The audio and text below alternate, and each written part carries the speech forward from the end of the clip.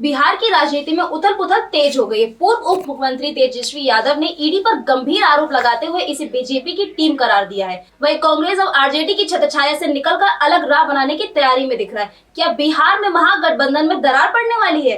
जातीय जनगणना, दलित राजनीति और नए नेतृत्व परिवर्तन के संकेतों के बीच कांग्रेस और आरजेडी के रिश्तों की बदलती सियासत पर पूरी रिपोर्ट देखने के लिए बने रहिए हमारे साथ सिर्फ 24 अड्डा पर। नमस्कार, मैं अंजलि मिश्रा और आप देख रहे हैं 24 अड्डा।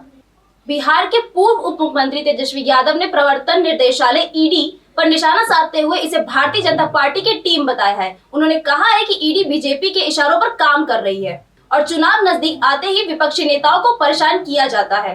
तेजस्वी ने दावा किया कि बीजेपी घबराई हुई है और डर की वजह से वह ऐसी कार्रवाई कर रही है। लैंड फोर्स जॉब मामले में हाल ही में ईडी ने पटना स्थित कार्यालय में पूर्व मुख्यमंत्री राबड़ी देवी और उनके बेटे तेज प्रताप यादव से पूछताछ की थी। जल्द ही आरजेडी प्रमुख लालू प्रसाद यादव से भी पूछताछ होगी। इस पर तेजस्वी यादव ने प्रतिक्रिया देते हुए कहा है कि जितना भी विपक्ष को दबाने की कोशिश की जाए वो उतना ही और मजबूत होगा। उन्होंने कहा कि जब भी कोई नोटिस आता है तो वे कानूनी प्रक्रिया का पालन करते हैं और पेश होते हैं, लेकिन इन कार्रवाइयों से उन्हें कोई असर नहीं पड़ने वाला। तेजस्वी यादव ने विधानसभा चुनाव में आरजेडी की जीत सरकार बनाने का दावा किया है। उन्होंने कहा है कि बीजेपी जितना भी संवैधानिक संस्थाओं का दुरुपयोग कर ले, वे मजबूती से चुनाव लड़ेंगे और जीत हासिल करेंगे। इस बीच बिहार कांग्रेस में बड़ा बदलाव देखने को मिला है। प्रदेश अध्यक्ष अखिलेश प्रसाद सिंह को हटाकर कुटुंबा विधायक राजेश कुमार को नया अध्यक्ष बनाया गया है। इससे साफ संकेत मिल रहे हैं कि कांग्रेस अब आरजेडी और लालू प्रसाद की छत्रछाया से बाहर निकलकर अपनी अलग राजनीति बना रही है। कांग्रेस ने हाल ही में पलायन रोको, नौकरी दो यात्रा शुरू की है, जिसका नेतृत्व कन्हैया कुमार कर रहे हैं।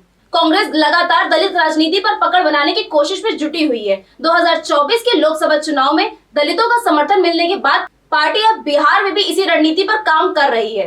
राहुल गांधी दलित और ओबीसी समुदाय से जुड़े मुद्दों को लगातार उठा रही है। कांग्रेस के इस रुख से आरजेडी को बड़ा झटका लग सकता है, क्योंकि उनका परंपरागत वोट बैंक भी दलित, ओबीसी और मुस्लिम रहे हैं। जाति जनगणना के मुद्दे पर भी कांग्रेस और आरजेडी के बीच मतभेद उभरते हुए नजर आ रहे हैं।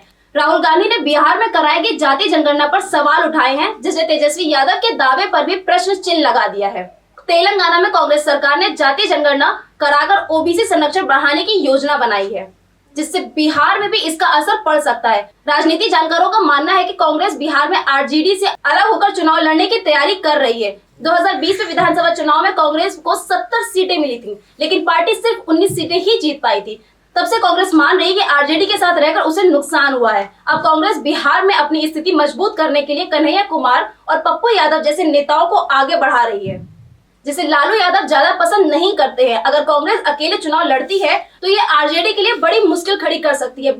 बिहार की रणनीति में कांग्रेस और आरजेडी के रिश्ते में बदलाव दिख रहा है। कांग्रेस अब लालू यादव की छाया से बाहर निकलकर अपनी अलग राजनीति पार्टी बना रही है। बीजेपी और आरजेडी के लिए ये नई चुनौती हो सकती है। आने वाले विधानसभा चुनावों में कांग्रेस की भूमिका अहम होने वाली है। इस पूरे मामले में आपकी क्या राय है? कमेंट कीजिए और ऐसी देश दुनिया की तमाम खबरों को जानने के लिए देखते रहिए 24 अड्डा।